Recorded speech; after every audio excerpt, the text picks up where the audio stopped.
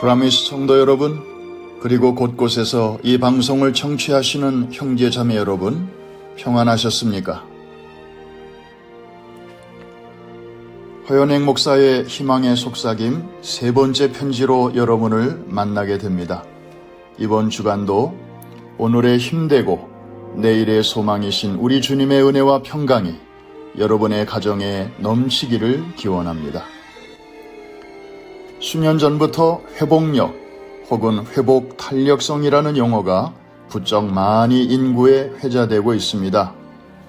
영어 단어 resilience의 번역인데 원래 제자리로 돌아오는 힘을 일컫는 말입니다. 예를 들어 축구공을 땅에 떨어뜨리면 금방 다시 튀어오르죠. 그런데 유리컵을 바닥에 떨어뜨리면 금방 금이 가거나 깨져서 더 이상 사용하기 어렵게 됩니다. 사람도 마찬가지입니다. 어떤 사람은 시련을 만나면 쉽게 좌절하고 주저앉아서 다시 일어나지 못합니다. 매사를 긍정적으로 생각해야지라고 마음을 먹어보지만 정작 계속 깊은 우울의 늪으로 빠져듭니다. 그런데 어떤 사람은 똑같은 시련을 만났을 때 잠시 주저앉았다가도 곧바로 툭툭 털고 다시 일어섭니다. 이처럼 역경과 고난을 이겨내는 힘의 정도, 곧 회복력 지수는 사람마다 다릅니다. 타고나는 선천적 요소도 있지만 후천적 요소가 더 크다고 합니다. 그리고 상담 전문가들에 의하면 기독교인들의 회복력 지수가 그렇지 않은 이들보다 훨씬 높다고 합니다. 할렐루야. 현존하는 한국인 중에 이 회복력 지수가 현저하게 높은 대표적 인물을 든다면 단연 홍수환 선수일 것입니다.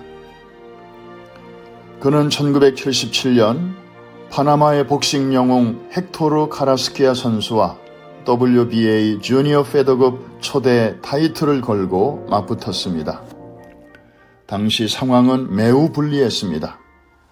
장소가 적지인 파나마인데다가 상대 선수는 당시 11전 11승 11KO를 구가하는 강펀치의 소유자였습니다. 그가 홍수환을 상대로 2라운드에서만 4차례 다운시켰을 때 경기가 싱겁게 끝나는 듯 싶었습니다. 그러나 홍수환은 놀라운 투지로 오뚜기처럼 일어서고 또 일어섰습니다. 그러다가 3라운드에서 회심의 왼손 레프트 훅 한 방으로 전세를 뒤집더니 결국 기적과 같은 KO승을 거두면서 4전 5기의 신화를 일궈냈습니다. 이 소식은 당시 국민들에게 넉다운은 있어도 넉아웃은 없다라는 강력한 메시지와 함께 크나큰 감동과 격려를 선사했습니다. 링 위에서 한 선수는 4번이나 넘어졌지만 다시 일어나 결국 승리했고, 다른 한 선수는 한 번 넘어진 다음에 다시 일어나지 못해서 결국 지고 말았던 것입니다. 크리스천이란 결코 한 번도 넘어지지 않는 사람이 아닙니다. 하나님의 자녀들도 얼마든지 넘어질 수 있습니다. 그러나 3번 넘어지면 4번 일어납니다.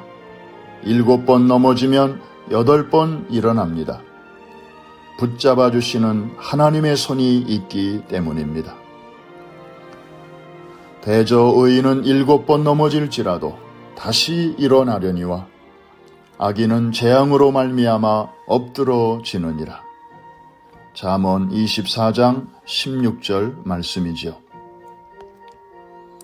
이번 코로나19 사태는 우리 모두가 함께 겪는 지구적인 위기입니다.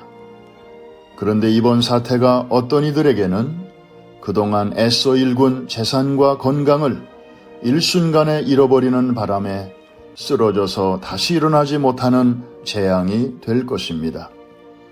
그런가 하면 어떤 이들에게는 독수리가 맞바람을 타고 날아오르듯 오히려 생각의 근육, 영적인 맷집과 믿음의 담력이 한 단계 더 업그레이드 되는 디딤돌이 될 것입니다.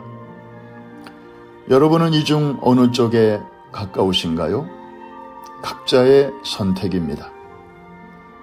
그리고 그 선택에 따라 이 풍랑이 지난 후에 우리의 내면의 모습은 크게 달라져 있을 것입니다. 우리 모두 IQ나 EQ에서는 좀 떨어져도 홍수환 선수처럼 RQ에서, 회복력 지수에서 높은 점수를 얻기를 소망해 봅니다. 그래야만 살 수 있는 세상이 왔기 때문입니다.